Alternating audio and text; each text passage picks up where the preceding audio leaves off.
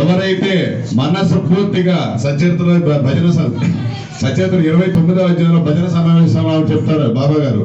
వాళ్ళందరూ కూడా భజన చేయడానికి బాబా గారి దగ్గరకు వచ్చినప్పుడు వాళ్ళందరూ డబ్బుల కోసం ఆశిస్తే యజమానురాలు మాత్రము ఒక్క బాబా గారి యొక్క లీలను చూసుకుని ఆశ్చర్యపోతుంది, ఆయన నేత్రాలు చూసి. ఆ సమయంలో బాబా గారు ఆవిడకి శ్రీరాములు వలె కనిపిస్తారు.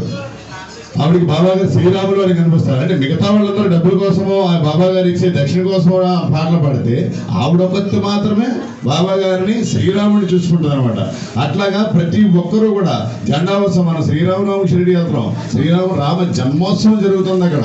ఎంతో అద్భుతంగా ఎంతో ఆనందంగా జరుగుతుంది. ఉయ్యాలోత్సవం జరుగుతుంది అక్కడ. ఆ ఉయ్యాలోత్సవం జరిగే సమయంలో జెండాలు బయటకు వచ్చే విధానం ఎలా ఉంటుంది అవన్నీ కూడా మీరు అక్కడ చూడలేకపోవచ్చు. ఎందుకంటే మనం ఆ రోజు అక్కడికే ఊరేగింపు చేసి మనం అలసిపోయి ఉంటాం కాబట్టి. కానీ అదే ఉత్సవాన్ని అది ఏ రోజు జెండా ఎలా వస్తుంది, ఏ క్షణంలో ఎలా వస్తుంది, ఏ క్షణంలో ఎప్పటికప్పుడు అప్డేట్ చేసి మీ అందరికీ ఇక్కడ నేర్పించి ఉన్నాం. ఇక మనం చేయాల్సింది ఏంటంటే నవంబర్ రోజు జిల్లా జెండా పట్టుకుంటామే. ఆ జెండా ఎలా పట్టుకోవాలి ఏంటనే విధానమే మనం ఇక్కడ చేస్తున్నాం. అప్పుడు అంత గొప్పగా క్రియేట్ అయింది. ఆ జెండాలు కొట్టిన విధానమే కానీ ఈ రోజు జెండా ఉత్సవం జెండా ఉత్సవాలే కానీ ఎంతో గొప్పగా క్రియేట్ చేసాం. అలాగే ఏ సంవత్సరం కూడా మనం చేయాల ఏదో హోలీ పూజ మహోత్సవం ఏదో జస్ట్ నామకాంతం రాసాం, కానీ అది చాలా గొప్పగా క్రియేట్ అయింది. నాకు కూడా అర్థం కాలేదు ఎంత గొప్పగా వస్తుంది అనేసి.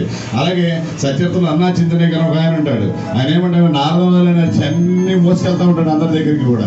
కానీ ఆయన ఒక గొప్ప భక్తుడు అండి బాబా గారికి. సత్యత్తులు రాయబడి ఉంది. అలాగా ప్రతి ఒక్కరి దగ్గర కూడా ఒక్కొక్క డివోషన్ ఉంది.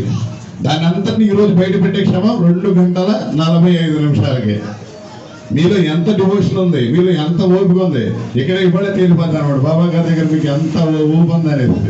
అందరూ కూడా డ్రెస్ కోడ్తోనండి. 2:45 దానికి ముందు అరగంట ముందు నుంచి బాబా గారికి జెండా పూజ జరుగుద్ది. అనగా 2:15 కార్యక్రమం ప్రారంభమవుతుంది.